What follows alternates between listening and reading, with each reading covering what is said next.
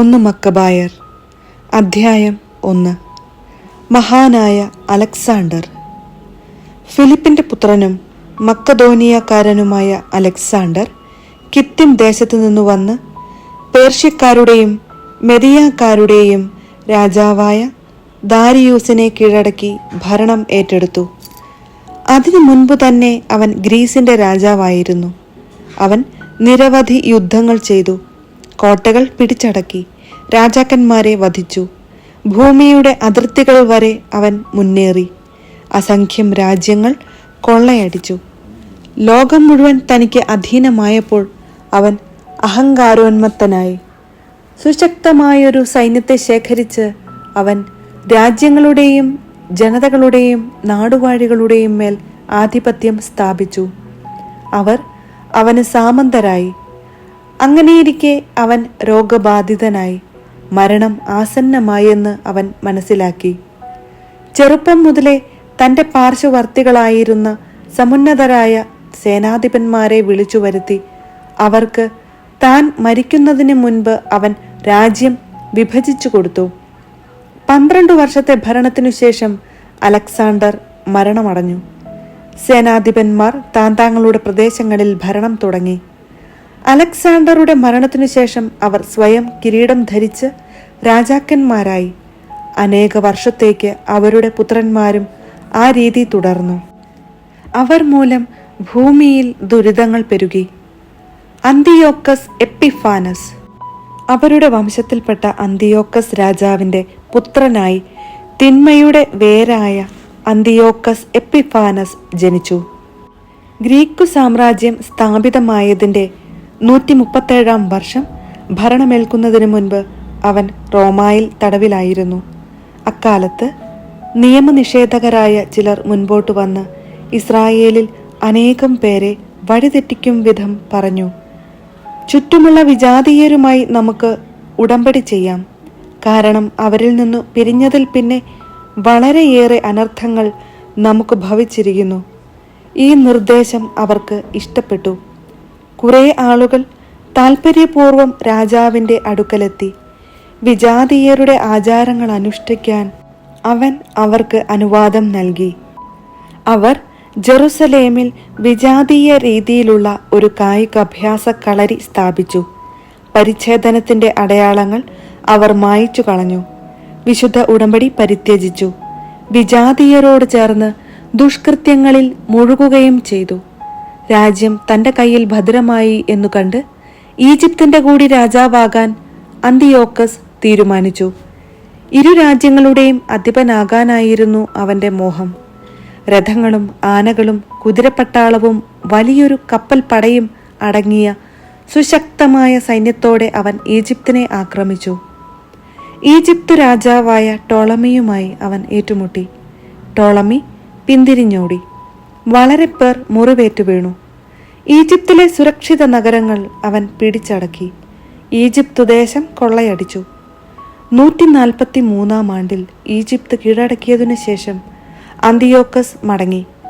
ഇസ്രായേലിനെതിരെ ശക്തമായൊരു സൈന്യവുമായി പുറപ്പെട്ട് അവൻ ജെറുസലേമിൽ എത്തി.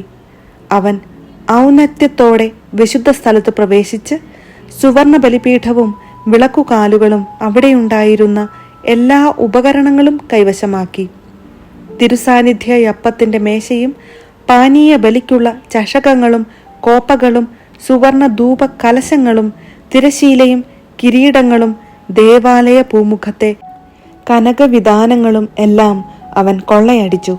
അവിടെയുണ്ടായിരുന്ന വെള്ളിയും സ്വർണവും വിലപിടിച്ച പാത്രങ്ങളും കൈവശപ്പെടുത്തി. ഒളിച്ചുവച്ചിരുന്ന നിധികളിൽ കണ്ടെത്തിയതെല്ലാം അവൻ കൈക്കലാക്കി. അവയും കൊണ്ട് അവൻ സ്വദേശത്തേക്ക് മടങ്ങി. അവൻ ഏറെ രക്തം ചൊരിഞ്ഞു. അവന്റെ സംസാരത്തിൽ അഹങ്കാരം മുറ്റിനിന്നു. ഇസ്രായേൽ സമൂഹങ്ങളെല്ലാം തീവ്ര ദുഃഖത്തിലാണ്ടു. ഭരണാധിപന്മാരിലും പ്രമാണികളിലും നിന്ന് ദീനരോദനമുയർന്നു. യുവതീ-യുവാക്കന്മാർ തളർന്നവശരായി. സ്ത്രീകളുടെ സൗന്ദര്യത്തിന് മങ്ങലേറ്റു. മണവാളൻ വിലപിച്ചു. മണവറയിൽ മണവാട്ടി പ്രലപിച്ചു. ദേശം പോലും അതിലെ നിവാസികളെ പ്രതി വിറപ്പൂണ്ടു. യാക്കോബിന്റെ ഭവനം ലജ്ജാവൃതമായി. മതമർദ്ദനം. 2 വർഷങ്ങൾക്കു ശേഷം രാജാവ് തന്റെ കപ്പം പിരിവുകാരിൽ പ്രമുഖനായ ഒരുവനെ യൂദാ നഗരങ്ങളിലേക്ക് അയച്ചു. വലിയൊരു സൈന്യവുമായി അവൻ ജെറുസലേമിലെത്തി. അവൻ ചതിവായി അവരോട് സമാധാനത്തിന്റെ ഭാഷയിൽ സംസാരിച്ചു. അവർ അവനെ വിശ്വസിച്ചു.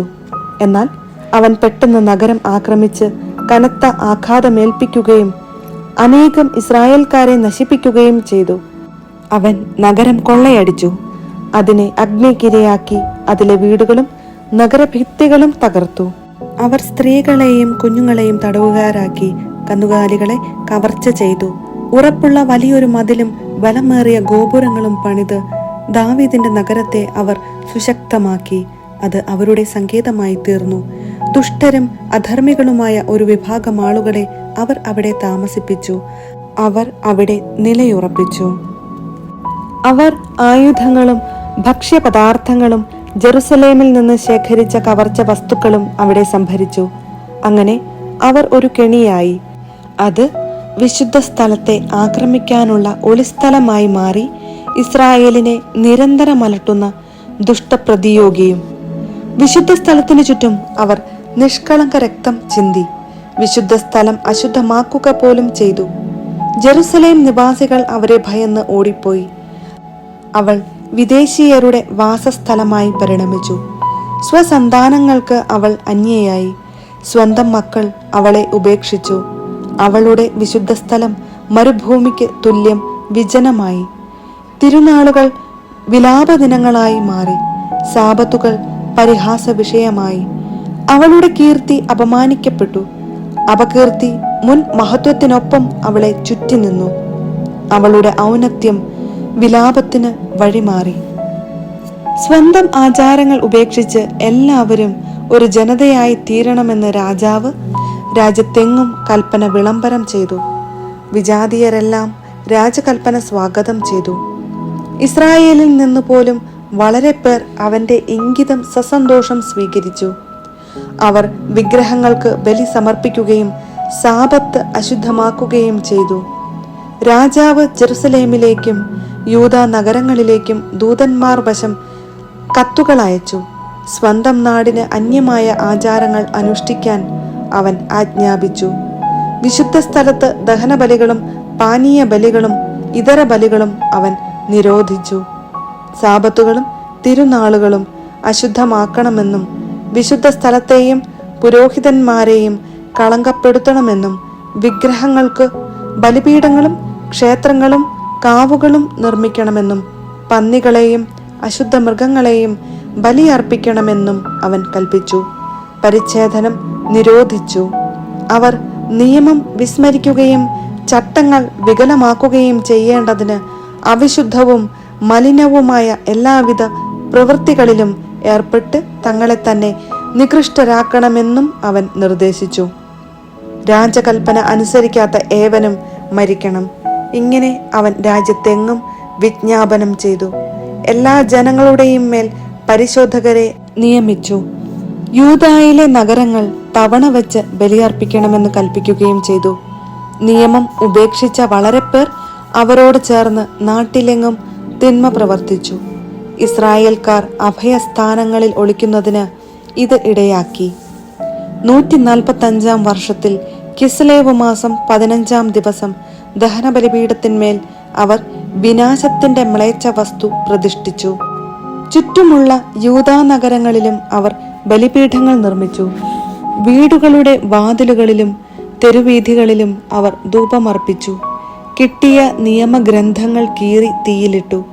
ഉടമ്പടി ഗ്രന്ഥം കൈവശം വയ്ക്കുകയോ നിയമത്തോട് കൂറു പുലർത്തുകയോ ചെയ്യുന്നവൻ രാജശാസനപ്രകാരം മരണത്തിന് അർഹനായിരുന്നു. നഗരങ്ങളിൽ ഇങ്ങനെ പിടിക്കപ്പെട്ട ഇസ്രായേൽക്കാരുടെ മേൽ അവർ മാസം തോറും ശിക്ഷാവിധി നടപ്പാക്കിയിരുന്നു. ദഹനബലിപീഠത്തിന് മുകളിൽ സ്ഥാപിച്ച പീഠത്തിൽ മാസത്തിന്റെ 25 ദിവസം അവർ ബലിയർപ്പിച്ചു. പുത്രന്മാരെ പരിച്ഛേദനം ചെയ്യിച്ച സ്ത്രീകളെ രാജകൽപ്പന പ്രകാരം അവർ വധിച്ചു. അവരുടെ കുടുംബാംഗങ്ങളും പരിച്ഛേദനം ചെയ്തവരും വധിക്കപ്പെട്ടു. ശിശുക്കളെ തള്ളമാരുടെ കഴുത്തിൽ തൂക്കിക്കൊന്നു. എങ്കിലും ഇസ്രായേലിൽ വളരെ പേർ അചഞ്ചലരായി നിന്നു. അശുദ്ധ ഭക്ഷണം കഴിക്കുകയില്ലെന്ന് അവർ ദൃഢനിശ്ചയം ചെയ്തു. ഭക്ഷണത്താൽ മലിനരാകുകയോ വിശുദ്ധ ഉടമ്പടി അശുദ്ധമാക്കുകയോ ചെയ്യുന്നതിനേക്കാൾ മരിക്കാൻ അവർ സന്നദ്ധരായി. അവർ മരണം വരിക്കുകയും ചെയ്തു. ഇസ്രായേലിന്റെ മേൽ അത്യുഗ്രമായ ക്രോധം നിപതിച്ചു.